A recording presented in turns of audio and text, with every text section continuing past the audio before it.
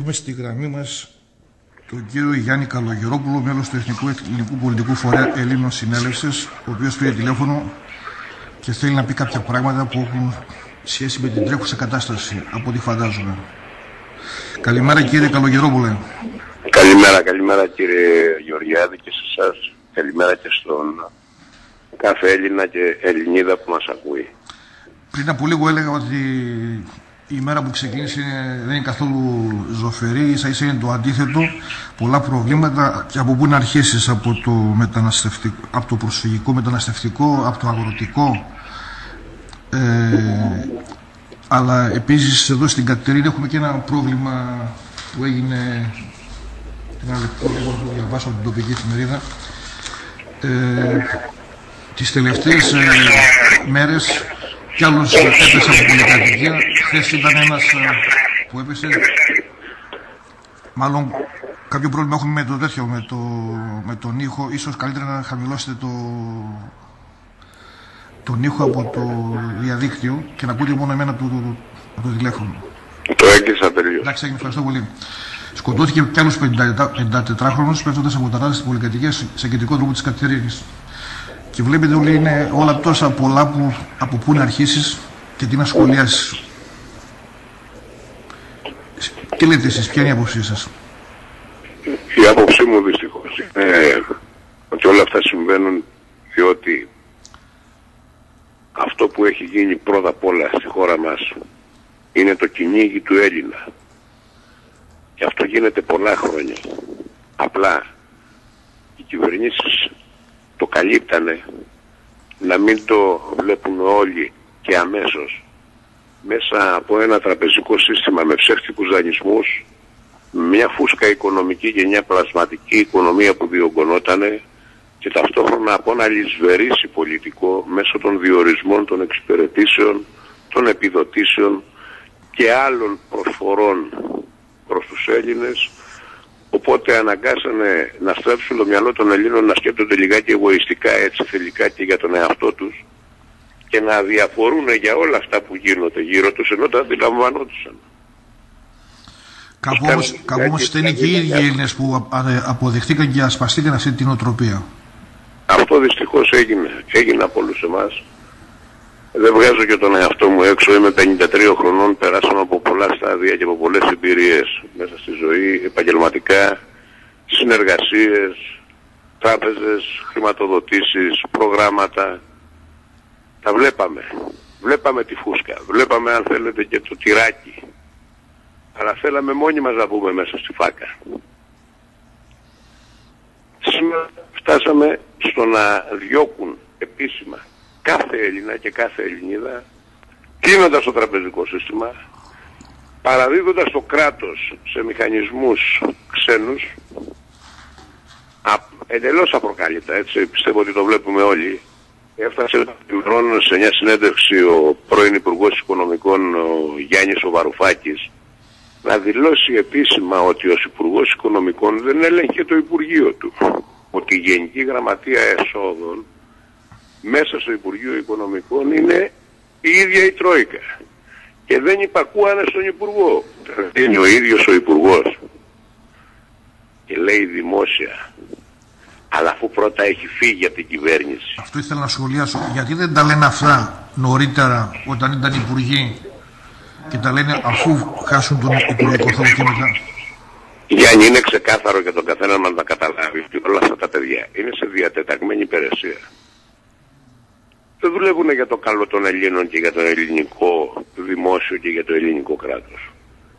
Είναι στοχευμένες οι εντολές που έχουν πάρει και είναι για να σκοτώσουν κάθε Έλληνα. Και θα συνδυάζονται πολλές κινήσεις εναντίον του Έλληνα μαζί. Τι προείπες? Λαθρομεταναστευτικό, φορολογικό, φρενάρισμα του τραπεζικού συστήματος, διάλυση της εθνικής οικονομίας, παράδοση ολοσχερός αμετάκλητα και ανεφόρων της χώρας σε 3 Μογγόλους δανειστές και σε ένα λεγόμενο μαγαζί Ευρωπαϊκό Ταμείο Χρηματοπιστωτικής Στήριξης που έχει έδρα το Λουξεμβούργο, ένα ιδιωτικό μαγαζί δηλαδή του παραδίδουνε την Ελλάδα. Ποιος δικαιούται να κάνει κάτι τέτοιο? Και πώς μπορεί να παραδοθεί σε ιδιώτες κιόλας η Ελλάδα αμετάκλητα και άνεφόρον? Δεν προβλέπεται ούτε στο παγκόσμιο νομικό κατεστημένο, ούτε στο εθνικό σύνταγμα και στους νόμους, ούτε και στο εθνικό δίκαιο. Επειδή το να κρίνουμε οι Έλληνες είμαστε αυθεντία, εγώ στην εκπομπή μου προσπαθώ να περάσω κάποια ελπίδα, κάποια λύση, κάποιον άλλο τρόπο, άλλο δρόμο. Έτσι όπως τα λέτε εσείς, φέρετε τον κατακλυσμό. Υπάρχει κάτι άλλο, υπάρχει κάποια διέξοδος, υπάρχει κάτι που μπορεί... Εγώ δεν θα προσπεράσω, δεν θα προσπαθήσω μάλλον να δώσω ελπίδα στον κόσμο. Εγώ στα αδέρφια μου, τους Έλληνες και τις Ελληνίδες, θα τους δώσω τα πραγματικά στοιχεία και θα τους πω το πραγματικό γεγονός, τις νομικές και τις οικονομικές πράξεις που είναι ήδη τετελεσμένες για να πάρουν ξανά τη ζωή τους στα χέρια τους. Το πρόβλημα τι μας είπαν ότι είναι? Οικονομικό δεν μας είπανε. Ωραία. Άρα αφού η Ελλάδα έχει πρόβλημα οικονομικό και αφού είναι η ανάγκη μας οικονομική, έρχεται ένας συνελληνάς μας, αδελφούς μας, και λέει: συνελληνές, ήδη έχω κάνει κληροδότημα περιουσιακό στοιχείο σε εσάς 5,5-3 εκατομμύρια σε μετοχές χρυσές της Τράπεζας της Ανατολής, 600 δολάρια έτοιμα να τα χρησιμοποιήσετε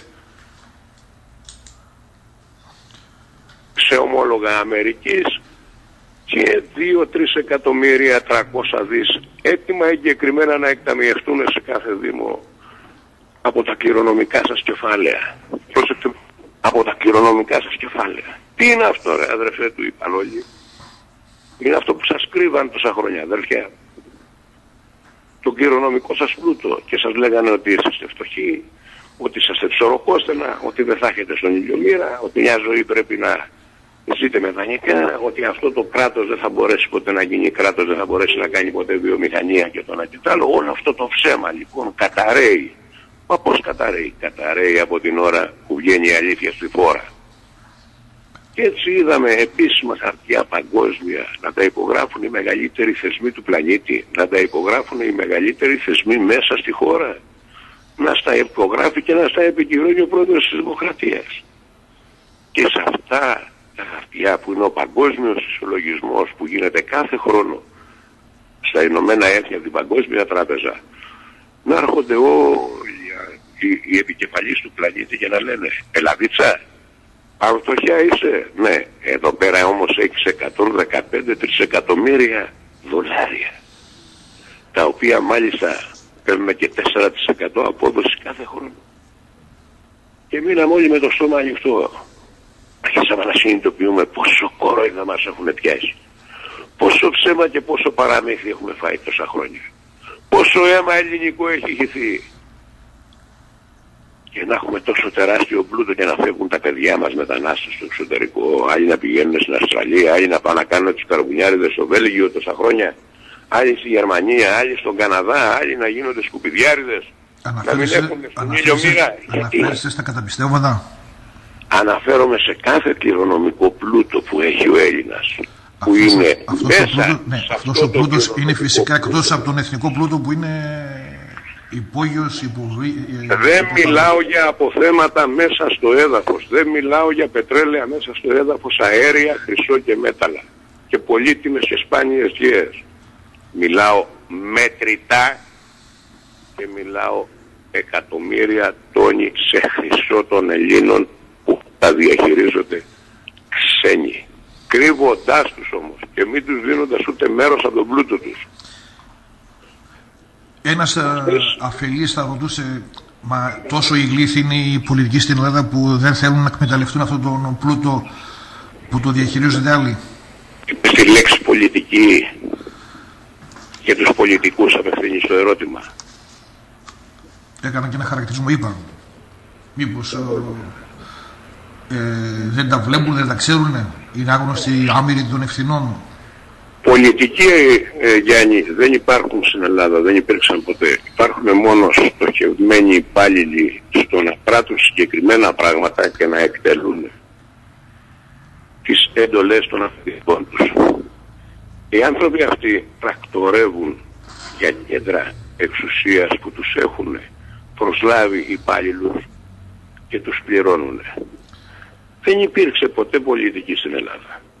Αυτό που μας δείχναν για πολιτική ήταν η έντεχνη διαίρεση των Ελλήνων μέσα από συμμορίες εντός εισαγωγικών κομμάτια δηλαδή, κομμάτια συμμοριών, το λένε μόνοι τους, για να αποπροσανατολίζουν τους Έλληνες, να τους παραπλανούν συνειδητά και να τους κρατούν μονίμως σε μια διαμάχη, σε μια αντιπαλότητα μεταξύ των αδερφών, για να μην μονιάσουν ποτέ, ομονοήσουν και κατανοήσουν τι τους έχουν κάνει.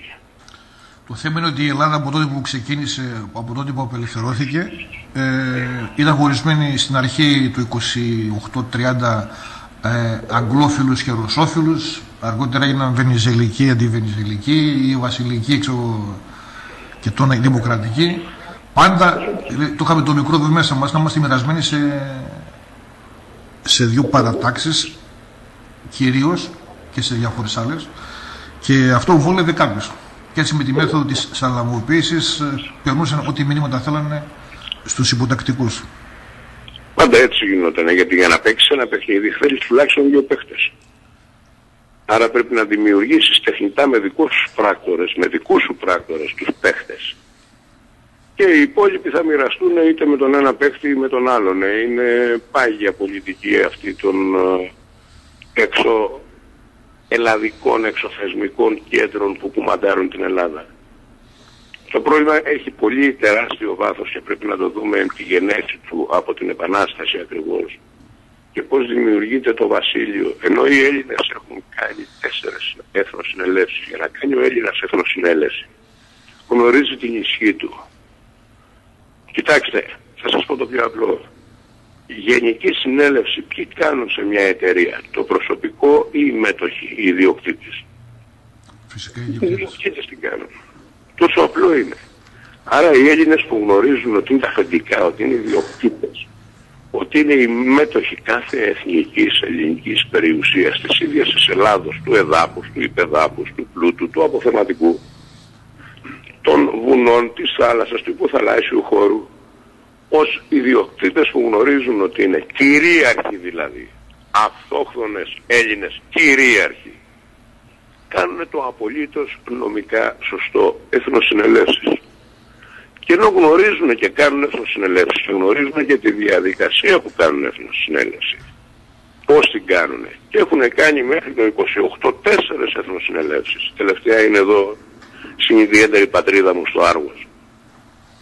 Μετά, σκοτώνοντας τον Καποδίστρια, χάνουν όλη αυτή τη νομική ισχύ που έχουν φτιάξει, την κρατεότητα, την κυρίαρχη ελληνική δημοκρατία, την ελληνική πολιτεία, την πολιτεία τους οι Έλληνες, και δέχονται να πάνε υποτελείς σε ένα ψευτοβασιλιά φερτών και να τους δίνει υπηκοότητα αυτός. Άρα τότε κάτι έχει γίνει, κάτι πολύ σοβαρό έχει γίνει στην τότε Ελλάδα που δεν το λέμε και δεν το αναλύουμε και δεν το καταλαβαίνουμε. Και αυτό που πραγματικά έγινε τότε ήταν η πτώχευση τότε της Ελλάδος. Έτσι ξεκίνησε ξανά η εντελώς ισοπεδωτική εναντίον των Ελλήνων οικονομική, πολιτική και της τότε εποχής. Αυτό ξαναδημιουργήσανε σήμερα.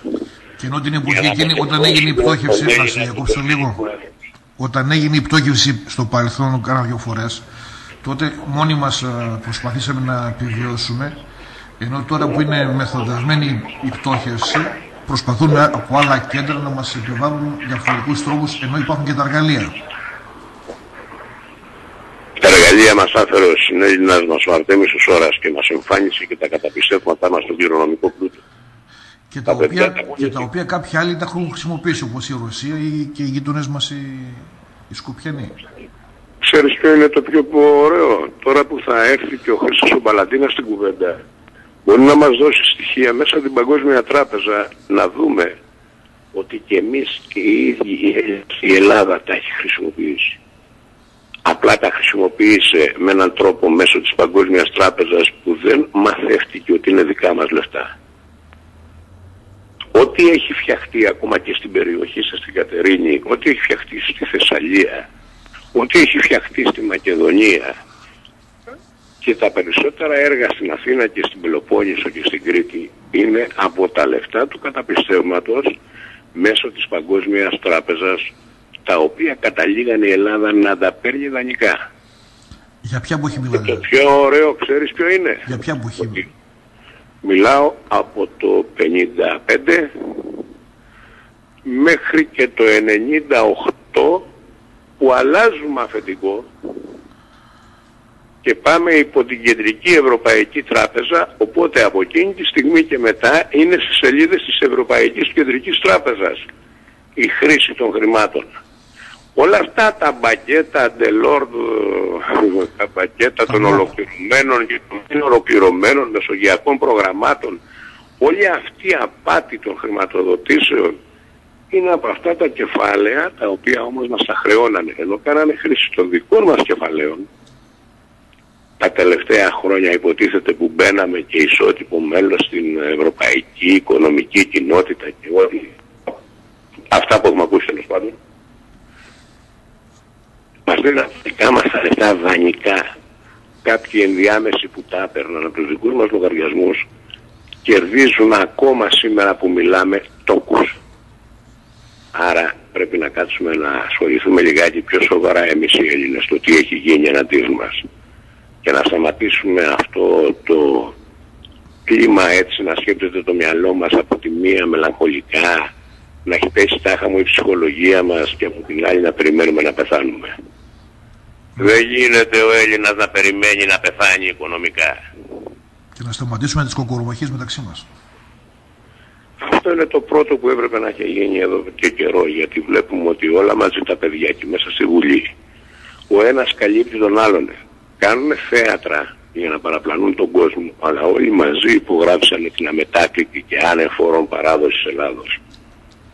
Και όταν λέω όλοι μαζί το εννοώ, και το παραμύθι μνημονιακή αντιμνημονιακή είναι ακόμα μια διαίρεση για παραπλάνηση. Αυτό ήταν το πιο μεγάλο μια παραμύθι. σχέση έχει με την πραγματικότητα. Αυτό ήταν το πιο μεγάλο παραμύθι.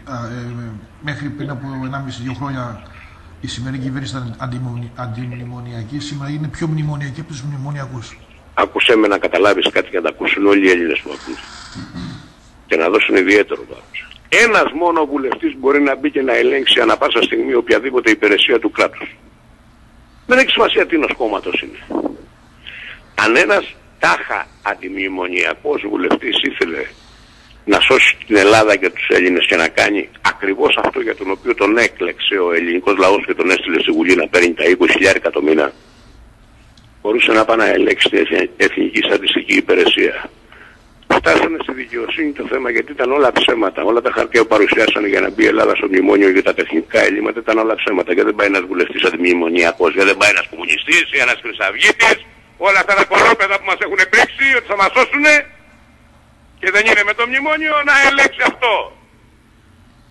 Και να το τελειώσουμε το θέμα. Γιατί σε δανεισμό μπήκαμε γιατί είχαμε ελλείμματα. Τόσο πολλοί πράκτορες είναι, μα τόσο πολλοί είναι τελικά. Το θέμα είναι το εξής. Είναι λοιπόν όλοι σε διατεταγμένη υπηρεσία και όποιος τολμάει να μου κάνει μήνυση άμα φύγετε. Λοιπόν, επειδή το θέμα είναι το εξής, ότι σε ένα διάλογο υπάρχει και ο αντίλογος, αλλά το θέμα είναι ότι να μην χρησιμοποιούμε κάποιες εκφράσεις που εντάξει, δεν αρμόζουν και σε κάποιο επίπεδο συζήτησης. Λέω λοιπόν με πλήρη ευθύνη της κουβέντας μου, του λόγου μου και συνειδητοποιώντας πάρα πολύ καλά την ελληνική γλώσσα και του τι λέω. Χαρακτηρισμούς είπα εγώ.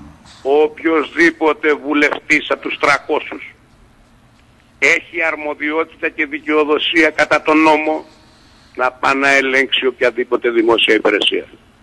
Οποιοδήποτε λογαριασμό. Να μπει στην Τράπεζα της Ελλάδος και να ελέγξει τους λογαριασμούς του κράτους του ελληνικού. Όχι να ελέγξει την τράπεζα, τους λογαριασμούς του κράτους. Μπορεί να μπει στην Εθνική Στατιστική Υπηρεσία και να δει τι ακριβώς έγινε με τα ελλείμματα. Και να τελειώσουμε αυτό. Οποιοσδήποτε βουλευτής μπορεί να το κάνει. Όπως οποιοσδήποτε βουλευτής μπορεί να δημοσιεύσει και να πει επίσημα τι ψηφίζουν και επικυρώνουν τις υπογραφές των αξιωματούχων που υπογράφουν τα καταπιστεύματα κάθε χρόνο στον παγκόσμιο ισολογισμό. Όπως οποιοσδήποτε βουλευτής, γιατί είναι όλοι ενήμεροι επίσημα Και προσέχτε, επειδή ακριβώς είναι όλοι ενήμεροι επίσημα από τον πρόεδρο της Βουλής, των αρχηγών των κομμάτων και όλοι οι βουλευτές, γι' αυτό το λόγο ο Σόρας στη δίκη που γίνεται το 2013 απαλλάσσεται της κατηγορίας και αθωώνεται της κατάλυσης πολιτεύματος και της αλλαγής του συντάγματος. Γιατί όλοι έχουν ακούσει ότι του Σόρα του έκανε μήνυση ο Γεωργιάδης, ότι έλεγε ψέματα για τα 600 δις. Η μήνυση είχε 4 κατηγορίες όμως. Και η δίκη εξελίχθηκε πάνω σε 4 κατηγορίες. Ναι, μεν έβαλε τα λεφτά, τα κατέθεσε και γι' αυτό αθωώθηκε όσον αφορά το κομμάτι των ψευδών ειδήσεων. Αλλά για την κατάλυση πολιτεύματος και την αλλαγή του συντάγματος, για στάση δηλαδή που το πηγαίνανε για 25 χρόνια κάθερξη, ξέρετε γιατί αθώθηκε? Διότι είχε ενημερώσει βάσει πρωτοκόλλου τον πρόεδρο της Δημοκρατίας, τον πρωθυπουργό, τον υπουργό οικονομικών, τον πρόεδρο της Βουλής και όλα τα κόμματα και την Τράπεζα της Ελλάδος, την Λαγκάρ, τον Τράγκη, στην Ευρώπη και την Ευρωπαϊκή Ένωση.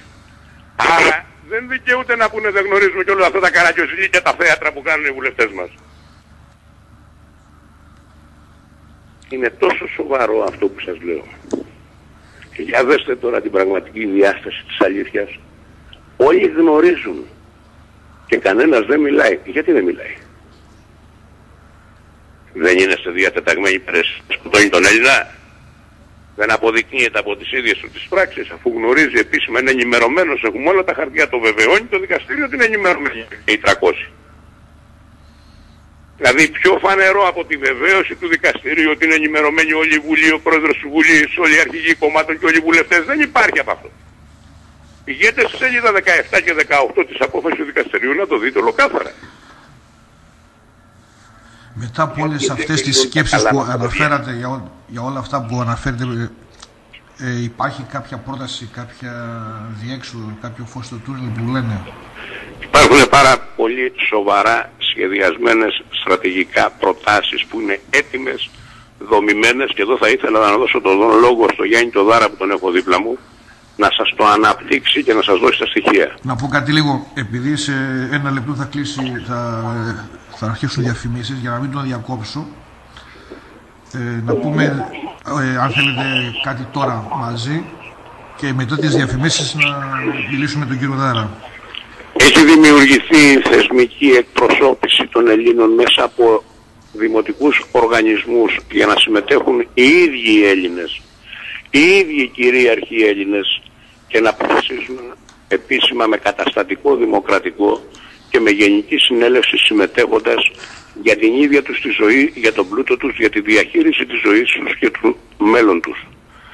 Ταυτόχρονα μέσα από το κάθε δημοτικό οργανισμό αποφασίστηκε με ψηφίσματα να δημιουργηθεί και το συνταγματικό όχημα, ο πολιτικός φορέας του ελληνικού έθνους, για να μπορούμε να συμμετέχουμε και στις εκλογές, για να πάρουμε εμείς οι ίδιοι οι Έλληνες κυρίαρχοι τη διακυβέρνηση της χώρας μας και να διώξουμε όλα αυτά τα προδοτικά παιδιά που συμμετέχουν μέσα στα κομμάτια που έχουν στήσει, τα κόμματα δηλαδή, και δουλεύουν εναντίον μας 185 χρόνια. Γιατί αυτό γίνεται επί 185 χρόνια. Τεχνικά διαίρεση των Ελλήνων, παραπλάνηση και διαρκή προδοσία. Πιστεύετε ότι με την ίδρυση ενός ακόμα φορέα... Δεν είναι ακόμα ένας φορέας και δεν πιστεύω. Η πίστη είναι άειλο πράγμα. Έχω λογική και γνωρίζω ακριβώς νομικά και στρατηγικά τι έχει σχεδιαστεί. Ο πολιτικός φορέας δεν είναι ένα κόμμα ή ένας ακόμα φορέας. Είναι ο πολιτικός φορέας του ελληνικού έθνους. Έχει συγκεκριμένο καταστατικό και συγκεκριμένη διακήρυξη. Λέει συγκεκριμένα πράγματα και ο φορέας δημιουργήθηκε από το ίδιο το έθνος μέσα από τους δήμους που διαβιώνει και με ψηφίσματα του έθνους μέσα από τους δήμους που διαβιώνει, άρα απευθείας από τη λαϊκή βάση, από τον ίδιο τον Έλληνα. Με ψηφίσματα λοιπόν που αυτό, αν το κατανοήσουμε νομικά, δείχνει την ισχύ της δημοκρατίας, την ισχύ του Δήμου, του κρατήν του Δήμου. Οι ίδιοι οι Έλληνες αποφασίσανε εντελώς δημοκρατικά να δημιουργήσουν το δικό τους όχημα που να μπορούν συνταγματικά να μπουν στη διαδικασία των εκλογών. Θα πρέπει να σας διακόψω. Όχι ως κόμμα. Θα πρέπει να σας διακόψω όμως, επειδή υπάρχουν διαφημίσεις τώρα. Ακόμα και στο καταστατικό. Επειδή υπάρχουν διαφημίσεις τώρα, πρέπει να σας διακόψω και τα λέμε σε λίγο για τον πολιτικό φορέα, με τον κύριο Γάρα ή μαζί σας. Τα λέμε σε λίγο. Φωτογραφίες. Στη γραμμή μας μέχρι τώρα, πριν από λίγο, είχαμε τον Γιάννη Καλογερόπουλο, μέλος του Εθνικού Ελληνικού Πολιτικού Φορέα των Ελλήνων Συνέλευσης, και αναφερθήκαμε στα προβλήματα στην τρέχουσα κατάσταση που έχει δημιουργήσει το μεταναστευτικό, τα μπλόκα, η κατάσταση που έχει φτάσει στο αδιέξοδο από την κυβέρνηση και σε ό,τι έχει σχέση με την οικονομική δυσπραγία που υπάρχει και με κάποιες προτάσεις που ξεκινάνε από κάποια εργαλεία όπου είναι τα καταπιστεύματα και κάποια άλλα που μας έχει πει νωρίτερα. Μας ακούτε, κύριε Καλογερόπουλε? Και εγώ και ο συνέλληνάς μας, ο Γιάννης Σοδάρας, είμαστε στη γραμμή. Μπορεί να απευθύνεις ερώτημα σε όποιον θέλεις. Λοιπόν, επειδή μαζί τα είπαμε, να μιλήσουμε με τον κύριο Δάρα. Καλημέρα και από μένα, καλημέρα σε όλους τους ακροατές σας. Καλημέρα, ευχαριστώ πολύ που δεχτήκατε να μιλήσετε. Είναι υποχρέωσή μας να το κάνουμε αυτό, ιδίως τις μέρες που διανύουμε. Αυτό πρέπει να κάνουμε όλοι οι Έλληνες. Πρέπει να μεταδώσουμε το μήνυμα, να βγάλουμε στη δημοσιότητα όλα αυτά που πλέον έχουμε ξεσκεπάσει, που δεν μπορούν να κρυφτούν, και που το βασικότερο απ' όλα είναι ότι μέχρι σήμερα 3 χρόνια δεν έχει βρεθεί κάποιος θεσμός να κάνει θεσμική νομική άρνηση αυτών που λέμε. Δεν έχει βρεθεί κανένα δικαστήριο, κανένα διεθνές δικαστήριο, κανένα εθνικό δικαστήριο στην Ελλάδα, κανένας εκπρόσωπος της Βουλής, κανένας του Υπουργείου Οικονομικών, ο οποίος να αρνηθεί όλα αυτά για τα οποία λέμε. Κοφεύουνε για να μην μάθει ο Έλληνας ακριβώς τι συμβαίνει. Και εδώ έρχεται ο ρόλος ο δικός μας, όλων των Ελλήνων εννοώ, που πρέπει να μεταδώσουμε το μήνυμα τάχιστα, διότι εμείς τη διαδικασία την τρέχουμε ήδη. Χτίζουμε την Ελλήνων πολιτεία για την επόμενη μέρα. Και πρέπει να συμμετέχουν όλοι οι Έλληνες, διότι ο πλούτος ανήκει εξ αδιαιρέτου σε όλους. Είμαστε κληρονόμοι, τελικοί κληρονόμοι του πλούτου. Και με όλες αυτές τις καταστάσεις που βιώνουμε το τελευταίο διάστημα, να υπάρχει ένα αδιέξοδο, η Ελλάδα να είναι στη γωνία στριμωγμένη, να πλημμυρίζει από μετανάστες, από λοθρομετανάστες, από πρόσφυγες, από κάθε είδους καρδιά όπου υπάρχουν κατατρεγμένοι από όλο τον κόσμο να μαζεύονται εδώ, και εμείς να είμαστε στο τέλος μια μειοψηφία. Αυτό θέλουν να καταφέρουν, γιατί είναι καθαρά, εγώ θα το πω διαφορετικά, είναι στρατιώτες σε αποστολή. Δεν μπορούν να κάνουν πίσω. Γι' αυτό και βλέπουμε να αγνοούν μια τεράστια κινητοποίηση που γίνεται αυτή τη στιγμή στην Ελλάδα και από τους αγρότες, αλλά και από άλλους επαγγελματικούς φορείς. Γι' αυτό βλέπουμε να προσπαθούν να διεισδύσουν σε όλα τα κοινωνικά στρώματα και να δημιουργήσουν ρήγματα, διαχωρισμό. Βλέπουμε αλλοδαπούς να έχουν υγεία δωρεάν και οι Έλληνες να πληρώνουν. Βλέπουμε όλα αυτά που ξέρουμε όλοι μαζί. Μια και τα ανάφερες, αλήθεια, όλα αυτά τα καταλήμματα που μένουν οι πρόσφυγες, τη ΔΕΗ ποιος την πληρώνει? Τώρα είναι με παρονυχίδα αυτό που αναφέρω, αλλά κοντά σε αυτά, όλα αυτά, επειδή και νωρίτερα η κυβέρνηση, όταν είχε δώσει δωρεάν σύνδεση το ρεύμα σε κάποιες οικογένειες άπορες του Νατάλου, όλοι νομίζαμε ότι γίνεται μια κοινωνική πολιτική. Αυτοί όμως στην το δωρεάν ρεύμα που δώσαν, ή τις δωρεάν παροχές που δώσαν, ή η διαγραφή χρήμα που δώσαν σε κάποιες ομάδες ευπαθείς, αυτό μεταβιβάστηκε και κυλίστηκε στους υπόλοιπους καταναλωτές της ΔΕΗ. Και το ίδιο νομίζω θα γίνει και τώρα. Αυτό γίνεται πάντα. Γινότανε, γίνεται και θα γίνεται όσο τους αφήνουμε στο τιμόνι. Αυτό συμβαίνει. Γιατί δεν μας δείξαν τα επίσημα στοιχεία. Μας είπαν ότι η Ελλάδα δεν έχει χρήματα. Και όταν δείτε τα επίσημα στοιχεία, να δείτε ποιοι είναι οι φόροι από τα τσιγάρα, ποιοι είναι οι φόροι από τα ποτά, ποιοι είναι οι φόροι όλοι αυτοί που πληρώνουν οι Έλληνες, θα καταλάβετε ότι είχε δίκιο ο Γεωργάκης ο Παπανδρέου, ότι χρήματα υπάρχουν. Ήξερε πολύ καλά τι έλεγε. Το έχει δηλώσει. Και βέβαια υπάρχουν χρήματα για όλα. Μόνο που τα χρήματα οι διαχειριστές μας, όχι οι ιδιοκτήτες, οι ιδιοκτήτες είμαστε εμείς, οι διαχειριστές μας δεν επιτρέπουν στους ιδιοκτήτες να πάρουν τα χρήματά τους. Αυτό είναι το παράλογο που συμβαίνει. Και εμείς, μη γνωρίζοντας ότι είμαστε ιδιοκτήτες κυρίαρχοι, έχουμε την κυριότητα δηλαδή, και τελική κληρονόμη του κληροδοτήματος που λέγεται Ελλάδα, είτε έχει λογαριασμούς σε χρυσό, όπως σας είπε ο Γιάννης ο Καλογερός πριν, είτε έχει λογαριασμούς σε μετρητό, δεν γνωρίζουν πραγματικά ποιοι είναι. Και βέβαια έτσι είμαστε κολοδιαχειρίσιμοι. Τους ζητάμε λοιπόν και τους λέμε, κύριοι, βγάλτε μας ένα μεγάλο κανάλι για να δείξετε στους Έλληνες ότι αυτά που λέμε δεν είναι αλήθεια, εκτός και αν δεν νοιάζεστε για τους Έλληνες. Δεν μπορώ να καταλάβω γιατί τα μεγάλα κανάλια παίζουν οποιοδήποτε έργο, να μην το πω κωμωδία, φαρσοκωμωδία, εκμεταλλεύονται μέχρι τις τελευταίες μέρες, θέλω να το τονίσω αυτό, για να καταλάβετε πόσο εντεταλμένοι είναι όλοι για τον Έλληνα, εκμεταλλεύονται τον θάνατο ενός διασύμου, τον κάνουνε εμπορευματοποιήσιμο προϊόν και καταλήξαν τους Έλληνες να γίνουν πελάτες σε αυτό το εμπόρευμα του θανάτου. Για να καταλάβετε πώς διαλύουν την κοινωνία. Και όχι μόνο αυτό. Και τις αξίες της. Και όχι μόνο αυτό. Ούτε τιμήσανε τον νεκρό. Και καλά που τιμήσανε ένα νεκρό και τον αναφέρανε. 12.000 το λιγότερο αυτόχειρες. Πού είναι?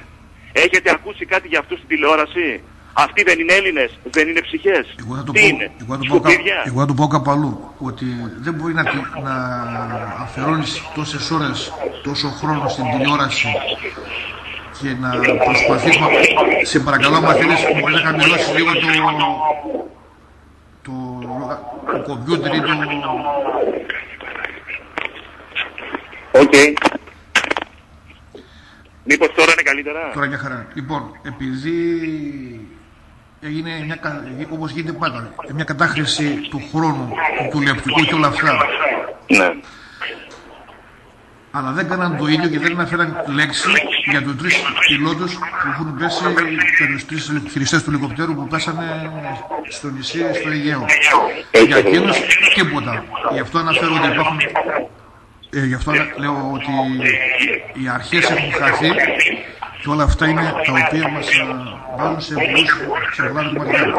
Ναι, αλλά δεν ακούμε καθόλου και θα πρέπει να κλείσω τη γραμμή τότε. Με ακούτε? Ναι, τώρα σας ακούω μια χαρά. Ωραία. Έχουν χαθεί και όχι μόνο οι αρχές, έχουν χαθεί και οι αξίες. Γι' αυτό λοιπόν ο μηχανισμός είναι έτοιμος. Πρέπει οι Έλληνες να κλείσουν τις τηλεοράσεις τους, γιατί είναι όργανα των καθεστωτικών, να έρθουν μέσα στα γραφεία Ελλήνων συνέλευσης, τα οποία είναι η θεσμική εκπροσώπηση του κυρίαρχου έθνους, γιατί η κυρίαρχη ελληνική δημοκρατία δεν είχε ποτέ νομική εκπροσώπηση, διότι ο Έλληνας δεν γνώριζε.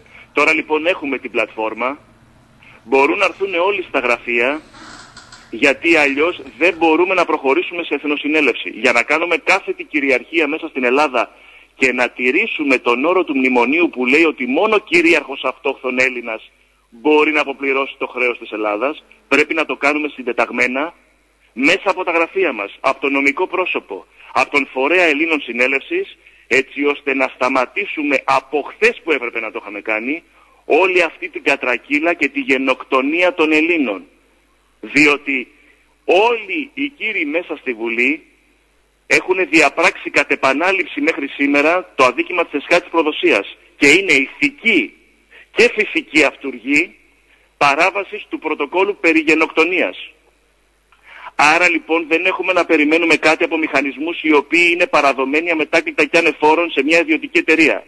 Είναι ένα ψευδοκράτος που δεν το αναγνωρίζουμε εμείς οι κυρίαρχοι Έλληνες και πρέπει σήμερα, χθες, να μαζευτούν οι κυρίαρχοι Έλληνες και να πράξουν αυτό που επιτάσσει το κληρονομικό τους δικαίωμα, η κυριαρχία τους. Να πάρουμε λοιπόν το κληροδότημα Ελλάδα για να το παραδώσουμε ακέραιο ως έχουμε υποχρέωση στους απογόνους. Δεν υπάρχει κάτι άλλο. Πολιτικά, νομικά και οικονομικά είμαστε μία αντιμετωπίσιμοι. Το έχουμε αποδείξει 3 χρόνια και άλλα 10 να περάσουν, το ίδιο θα συμβαίνει. Όμως, αν περάσουν άλλα 10, δεν θα υπάρχει Έλληνα στην Ελλάδα. Νομίζω ότι συμφωνείτε με αυτό που λέμε. Με ακούτε? Επειδή ο χρόνος όμως είναι αμήλικτος, θα πρέπει να κλείσουμε, γιατί υπάρχει και ο Χρήστος που θέλει να μας μιλήσει για τα αγροτικά. Και να σε ευχαριστήσω και εσένα και τον κύριο Καλογερόπουλο για το χρόνο που είστε καλά. Καλή συνέχεια και συνεχίστε το έργο σας, γιατί χρειάζεται να ακούει τη φωνή των κυρίαρχων, να ακούει όλος ο λαός, όλος ο Έλληνας να καταλάβει ακριβώς τι συμβαίνει. Ευχαριστώ πολύ, να είστε καλά. Καλή συνέχεια. Καλή συνέχεια, γεια σας. Προσφωτογραφίες, συνεχίζουμε την εκπομπή μας. Έχουμε πει στο τελευταίο 15 λεπτό και έχουμε στη γραμμή τον κύριο Χρήστο Μπαλαντίνα, τον αγρότη από τον μπλόκο της Νίγιας, που θέλει να μας πει για όλα αυτά που συμβαίνουν τις τελευταίες μέρες και για τις τελευταίες εξέλιξεις. Χρήστο, καλώς όρισες στην εκπομπή. Καλημέρα σας. Τι γίνεται, τι λένε οι εξελίξεις, τα τελευταία νέα? Μετά από τα αγροτικά μπλόκα εννοείς? Ναι, πρώτα από αυτό να αρχίσουμε και μετά να δούμε τι άλλο έχεις να προτείνεις εσύ. Κοίταξε, ο αγρότης μετά από μια εκστρατεία που κάναμε εμείς και μετά τις αποκαλύψεις που έκανα εγώ μέσα στον μπλόκο μου και μια εκστρατεία που έγινε μέσω του φορέα της Ελλήνων Συνέλευσης, όπου είμαι και εγώ μέλος, βγήκαν τα μέλη του φορέα αναπόλη και πήγανε στα μπλόκα και ενημερώσαν τους αγρότες τόσο για τα μνημόνια όσο και για την περιουσία μας την κληρονομική, την οποία, όπως σας είπε και ο Καλογερόπουλος, την υπογράφουν ανώτατοι αξιωματούχοι τόσο στην Ελλάδα όσο και παγκόσμια. Ο αγρότης άρχισε να αντιλαμβάνεται τι γίνεται μέσα στον μπλόκο, άρχισε να καταλαβαίνει ότι αυτοί που είναι μπροστά δεν είναι για το λόγο που είναι εκεί, που λένε ότι είναι, άλλα συμφέροντα εξυπηρετούν. Εγώ έχω καταγγείλει, αν θέλεις, μέσα στον μπλόκο της Νίκαιας, που είναι το μεγαλύτερο μπλόκο στην Ελλάδα, τη συντονιστική μου επιτροπή Μπούτα, Ζαχαριά, Κόκκινο και Σία. Τους τα έδωσα στα χέρια τους, τους λέω: κύριε, αν εγώ ως αγρότης έχω 11-3 μέσα στην αγροτική, αύριο το πρωί είναι καλυμμένα όλα τα αιτήματά μου. Και ως Έλληνας, αν έχω και 115-3 με υπογραφή παπούλια, τα έχουμε καλύψει όλα, πάρτε τα, είναι ό,τι πια σημαντικό υπάρχει, πηγαίνετε στην κυβέρνηση να φέρετε απαντήσεις. Δυστυχώς αυτό αποσιωπήθηκε, το κρύψανε, το θάψανε όσο μπορούσαν. Μετά πήγε η πρόταση του φορέα επίσημα για αποπληρωμή όλων των χρεών των Ελλήνων αγροτών. Έχουμε όλα τα στοιχεία και τις αποδείξεις ότι παραδόθηκε ο φάκελος από το φορέα στον κύριο Ζαχαριά, αν θέλεις. Είναι άλλο ένα σημαντικό στοιχείο που αποκρύφθηκε, άρα μιλάμε για λαοπλάνους και συνεργάτες, αν θέλεις, σε ένα μεγάλο έγκλημα κατά της Ελλάδος και των Ελλήνων. Ο αγρότης έχει καταλάβει την προδοσία και απλά περιμένει να πάρει τα τρακτέρ του να φύγει. Ή να πάρει τον μπλόκο.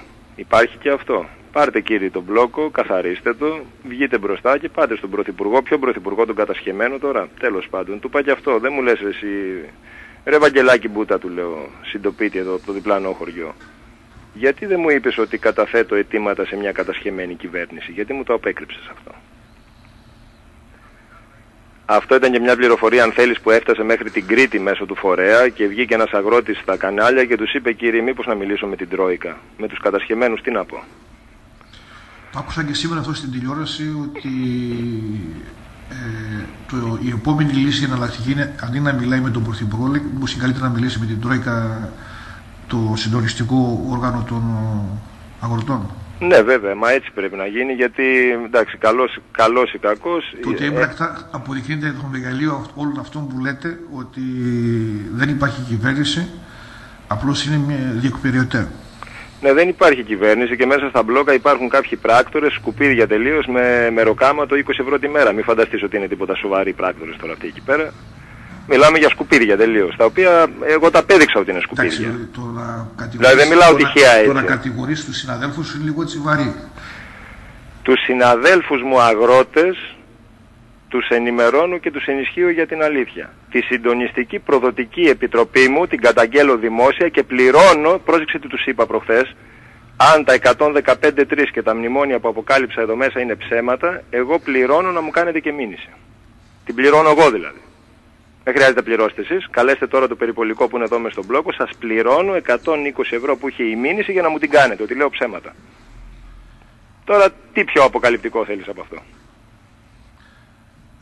Και να δώσω έτσι κάτι ενημερωτικό, ειδησιογραφικό. Χθες πήγανε στην Πρωθυπουργό κάποια μπλόκα από όλη την Ελλάδα. Εσείς από το δικό σας μπλόκο δεν πήγανε. Και τώρα ζητάνε από το μπλόκο της Νίκαιας, των Κρητών και του Προμαχώνα, να πάνε αύριο μεθαύριο στον Πρωθυπουργό. Υπάρχει τέτοια περίπτωση?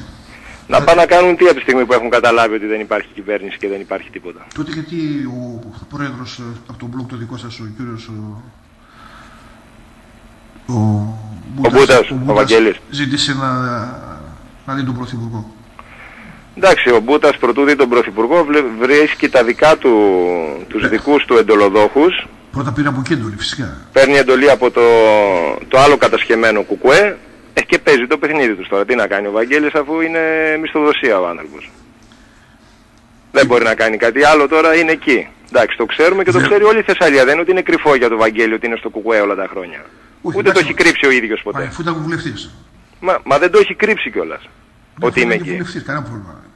Άλλο το ένα, άλλο το άλλο. Αλλά το θέμα είναι ότι ο αγώνας ο δικός σας όμως όταν γίνεται υποχείριο του ΠΑΜΕ ή κάποιων άλλων συνδικαλιστών που έχουν κάποιες άλλες κατευθύνσεις, τότε και αλλάζει. Ο αγώνας ο δικός μας έχει προδοθεί εξ αρχής όταν με το που στήθηκαν τα μπλόκα, γιατί εγώ γύρισα πολλά μπλόκα ανά την Ελλάδα έχω γυρίσει και έχω μιλήσει με πολλούς. Και έχω μιλήσει και με καθαρά μπλόκα, όπως ήταν το μπλόκο της Κορίνθου, με τον αγρότη το Φιακά, ένα νεαρό παιδί το οποίο κατάλαβε ότι του έδωσα μια πυρηνική κεφαλή στα χέρια. Όταν του δίνεις τα καταπιστεύματα με 115-3 και υπογραφή παπούλια, μιλάμε για μια πυρηνική κεφαλή. Το θέμα είναι ποιος μπορεί να το διαχειριστεί αυτό το όπλο και ποιος μπορεί να το στηρίξει. Εσύ τι προτείνεις? Εγώ προτείνω μόνο τη συνένωση των Ελλήνων, δεν προτείνω κάτι άλλο. Εγώ δεν προτείνω κάτι άλλο. Σε όλα τα μπλόκα, ήδη σε 5-6 μπλόκα έχουν πάρει από 2 πανό μεγάλα, τεράστια, έχουμε φτιάξει 3 μέτρα πανό, όπου το ένα έχει τα μνημόνια της προδοσίας, του έθνους μας, και το άλλο έχει τους κληρονομικούς λογαριασμούς μας με τις υπογραφές των ανώτατων αξιωματούχων.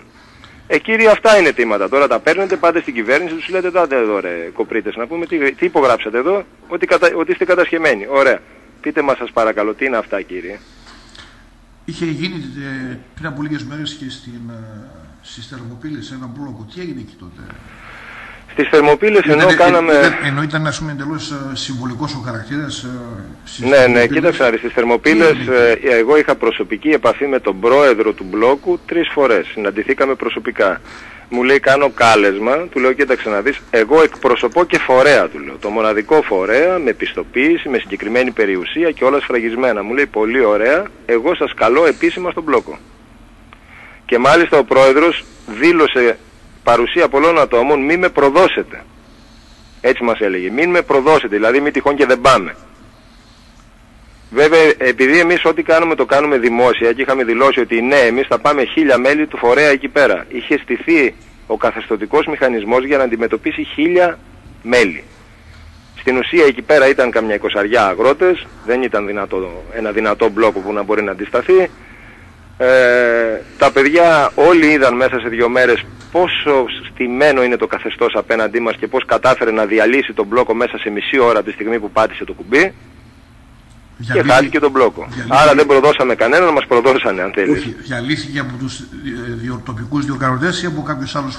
Όχι, διαλύθηκε από τον πρακτορικό καθεστωτικό μηχανισμό. Είναι ξεκάθαρο και έχω όλες τις... Καταρχάς έχω φωτογραφίες προσώπων οι οποίοι άμα μου αποδείξει έστω και ένας ότι είναι αγρότης ή ότι είναι οτιδήποτε άλλο πέραν πράκτορας, να κάτσουμε να το συζητήσουμε.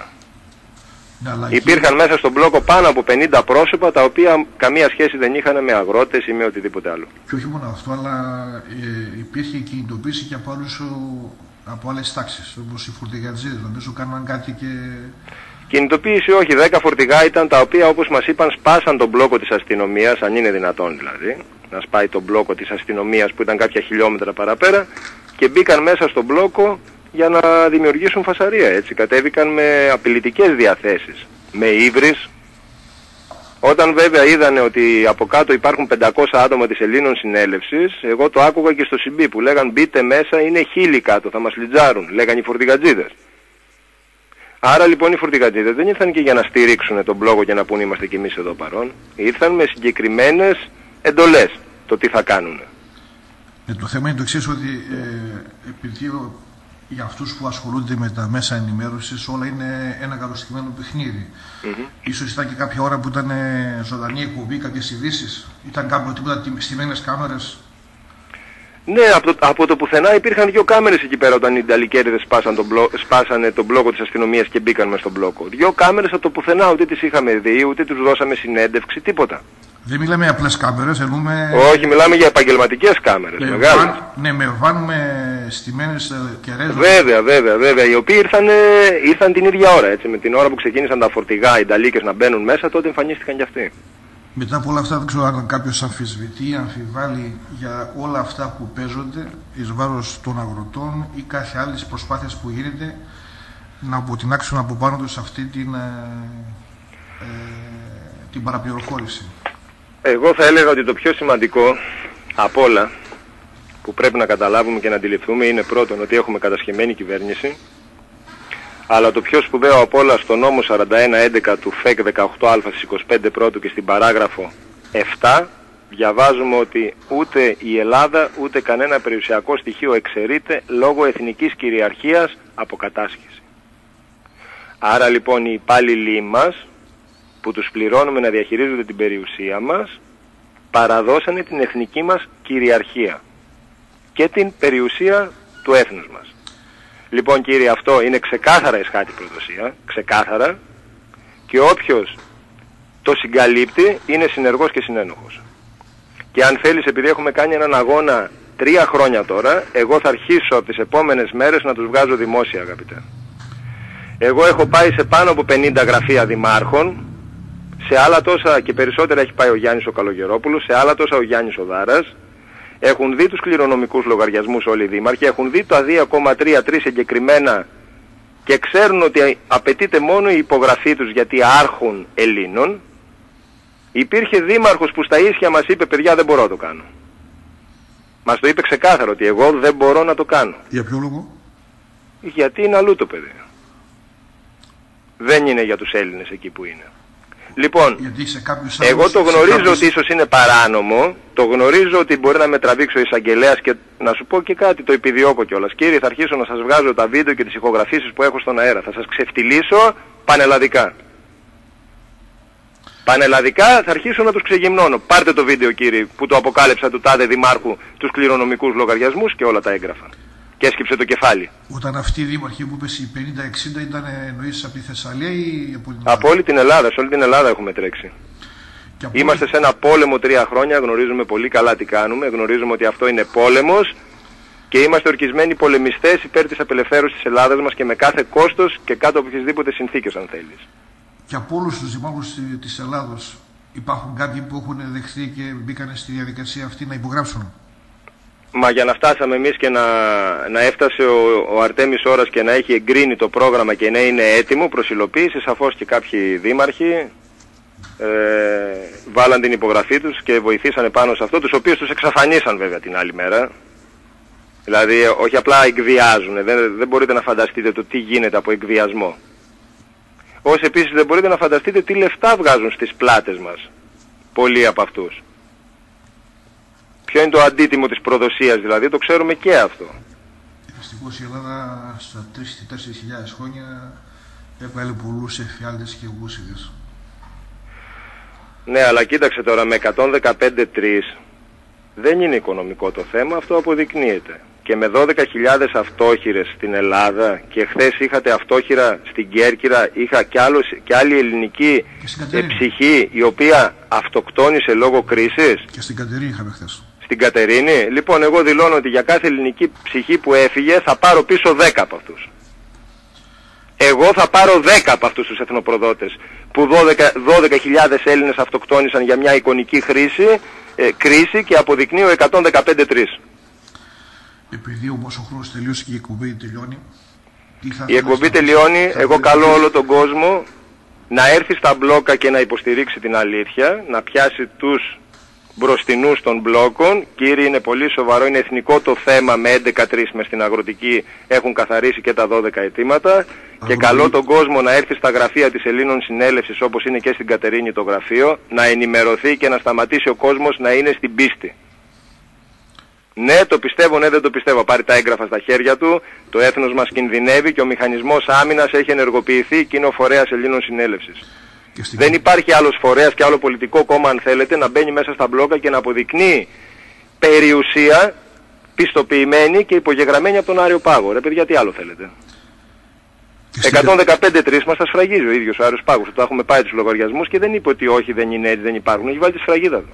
Και στην καθαρή γραφεία που είπες, όποιος θέλει, είναι Τερζοπούλου 19. Μπράβο, Τερζοπούλου 19 είναι ο Χρήστος ο Μαυρίδης εκεί πέρα, ο συνέλληνάς μας, ο οποίος το παιδί έχει παρατήσει τα πάντα, τη δουλειά του, την οικογένειά του και τρέχει γι' αυτό. Γιατί αν το αντιληφθείς δεν υπάρχει κάτι άλλο. Δεν υπάρχει κάτι άλλο και δες τι βρώμικο παιχνίδι μας έχουν στημένο από τη Θράκη μέχρι τη Σάμο, μέχρι τη Ρόδο. Το παιχνίδι τους είναι πολύ βρώμικο και θα εξελιχθεί μέσα στο 16, να το ξέρετε. Το βλέπετε ήδη ότι ξεκινάει. Λοιπόν, μετά από όλα αυτά, αν θες να πεις κάτι άλλο, να σε ακούσουμε ευχαρίστως. Θέλω να πω ότι είμαι εδώ, είμαι παρόν και εγώ και όλοι οι συνέλληνες της Ελλήνων Συνέλευσης και θα είμαστε παντού. Θα μας βρίσκουν μπροστά τους οι προδότες σε κάθε βήμα τους. Και να μην φοβάται κανένας Έλληνας. Και όποιος Έλληνας του λένε ότι χρωστάει, ότι του κατάσχουν την περιουσία, να έρθει τώρα στα γραφεία μας, αποπληρώνουμε τα πάντα. Έγινε, να σε καλά. Και το κάνουμε εδώ και ένα μήνα. Το Υπουργείο Οικονομικών έχει πάνω από 3.000 εντολές πληρωμής όλων των χρεών των Ελλήνων μέσω του φορέα, της νομικής του φόρμας. Να σε καλά, ευχαριστώ πολύ. Καλή δύναμη σε όλους. Επίσης. Yes.